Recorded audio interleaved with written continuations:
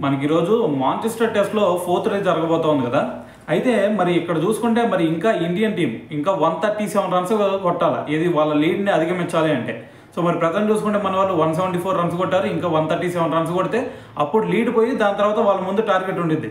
అయితే మరి ప్రజెంట్ మనకి గ్రీజ్లో చూసుకుంటే శుభ్మన్ గిల్ అలాగే కేఎల్ రాహుల్, సో వీళ్ళిద్దరైతే ఉన్నారు. ఇటువైపు శుభ్మన్ గిల్ చూసుకుంటే ఏకంగా 78 రన్స్ ఏం చేసినట్టున్నాడు. దాని తర్వాత మనకి కేఎల్ రాహుల్ చూసుకుంటే ఏకంగా 87 రన్స్ కొట్టాడు.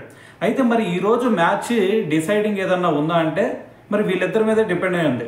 ఎందుకంటే వీళ్ళిద్దరు కనుక ఇంకొక 100 రన్స్ పార్ట్నర్షిప్ బిల్డ్ చేసి, సో దాని తర్వాత మరి రిషబ్ పంత్ ఉన్నాడు. సో రిషబ్ పంత్ పక్కన చూసుకుంటే అతను ఇంజురీలో ఉన్నాడు. సో మరి ఆ ఇంజురీని కనుక మనకు ఆల్రెడీ మన కోచ్ చెప్పేశాడు, సో అసిస్టెంట్ కోచ్, సో ఖచ్చితంగా రిషబ్ పంత్ బ్యాటింగ్ ఆడతాడు అని చెప్పేసి.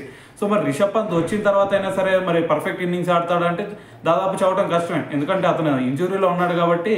సో మరి 100% ఎఫర్ట్ ఇచ్చే ఛాన్స్ కనిపించట్లేదు. సో కాబట్టి ఈ రోజు మ్యాచ్ డిపెండ్ అయ్యి ఎవరి మీద డిపెండ్ అయ్యి ఉందా అంటే మనకి ఇటువైపు శుభ్మన్ గిల్ అలాగే కేఎల్ రాహుల్ అనే చెప్పాలి.